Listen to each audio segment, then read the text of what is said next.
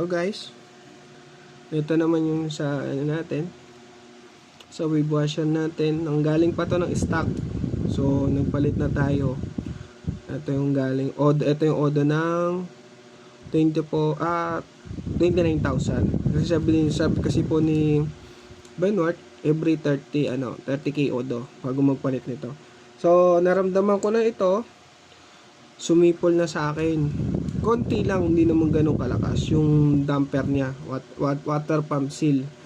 So naramdaman ko na humalo na yung kulan sa langis. So pinasabay ko na rin to. So wala na kasi yung water pump seal, may tinapong ko na nun. Ito na lang natira na membranes natin. So may kayod na. Ayan tatlo. Makikita nyo sa yung kayod yun. Tsaka ito, kayod na. So kung titingnan nyo, medyo hindi kita sa video. So makapal pa ng konti, pero malapit na rin. Ito original na kapal malapit na rin. So wala naman siyang ng crack. So pinapalta ko na rin. Tapos yung rubber niya, yung dalawa, okay naman, wala namang biak sa loob ng 29 Odo. Pero ayan pinapalta ko na rin kasi naiinitan na to Ayan, ito na natin siya. Kasi naman problema pa tayo. Tapos yung pin, itong pin, ito yung nabili ko sa Kiberting. So maliit, hindi siya kasya. Ito yung spring niya, ganun na kasi yan nakaganyan. Yan, nakaganyan yan, dalawa dito. Tapos ito naman nandito, nakalagay doon. Pero nakaganyan siya guys. Yan, ganyan. Tapos nakaganon yan. Yan sa so itong sinasabi ko ng pin, maikli. Hindi siya abot. Ayan, maikli. Dapat hanggang doon pa. So, mga 3mm, 4mm Maliit siya, maliit guys. Pwede. So, ito yung galing stock na pinagpalitan ko ng 29k Odo. Hindi ko na napaabot ng 30 kasi naramdaman ko na mahalo na yung yung pagbukas ko na magti-change sana ako noon. Naramdaman ko guys, sumalo na. Kaya pinapalitan ko na. So tatabi na muna natin to. So ito naman guys yung sa pangalawa kong palit. Ito naman yung tabi muna natin. Ito unahin na. Sige guys, tabi muna natin. Ito yung water pump seal. So ito naman wala namang issue. So pinaltan ko na rin para mabot na sa ganon, naltan ko na. So mahirap tanggalin to kasi gawa nitong may bakal yan dito makunat yan ng papatigas. So ang nasisira dyan, ito sobrang katagalan, lumulusot dyan yung kulan papunta dun sa langis kaya humahalo. Kaya nagiging kulay kape. Ganon. Ito wala na to kasi sinira na to gawa ng papaltan. Mahirap tanggalin to at gawa nito. Itong bilog nito may bakal yan dyan. Kung babakbakin mo yan, meron yan. Tabi na natin. So ito naman, nabos sa 58 Odo, kulang na lang 200 kilometer pero di ko na pinaabot. Pinaltan ko ganun din. So may tama din halos lahat ganun Yung isa, ayan may lang spare kasi kaka-PMS lang kanina.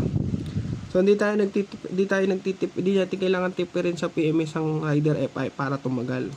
So ulit na niyan kung 58 ako, sasabay ko na yon para refresh na rin. Depende pa rin kung maganda pa rin yung ng motor. Yan okay na yan. Tapos ito sa 58 din, ganun din, okay naman wala naman siyang problema. Ibig sabihin maganda yung naagapan. Huwag natin tipirin ang pyesa ng ating motor kasi tayo na yung gumagamit, tayo rin mapeperwisyo sa uli. Tama naman yung sinasabi ni Boss Benworks ng mga payo nila. Doon lang din naman ako nakikinig. Kaya sinishare lang natin.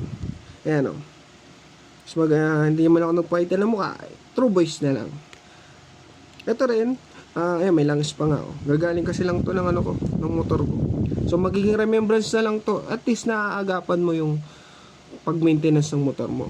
Ayan So wala pa naman biyak Kahit titingnan ko. Siyempre nainita na to. Mas maganda palit ng palit. Yung iba kasi nabibiyak. Ako naman, takot naman din ako masira yung balance and yung nakalimutan ko yung sinasabi ni Boss Benwork yung sa loob, yung pang-balance ata yung ganun sa inyo. Hindi ko ma-explain kasi hindi ko kabisado yung loob ng makina. Kaya pang professional na yon. Ang ganda pa naman, oh. Wala pa naman ako ng sinyalis na biyak. Ayan. Ayun.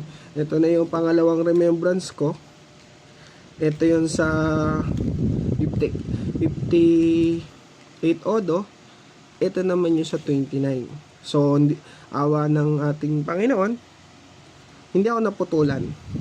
Hindi ako naputulan ng wave washer. Ibig sabihin, walang masamang mag-alaga ng motor. Ang mahalaga ay maingat tayo. Kasi tayo rin ang gagamit. Sulit na. Kaya ito, remembrance ko na lang. Lalagyan ko ng pang 29 para pagdating ng araw, mababalikan natin to. Okay. Ito yung sa 29 ko. Yung susunod, nandito na yon. Kaso siyempre nandun sa loob eh. Paano na yan? Ilalagay natin siya ng memories. Ganun. Paano guys? Don't forget to follow para update tayo sa susunod na mga video. Hindi tayo magdadamot. Kumbaga, yung iba nga nag-share para sa kaalaman. Bibihira lang kasi yung mga nag-share. Kasi busy rin natin Ako, hindi ko naman Kaya, siyempre, kung nag-share yung iba, share din tayo. Para goods, Paano guys? Maraming salamat. Thank you so much. God bless.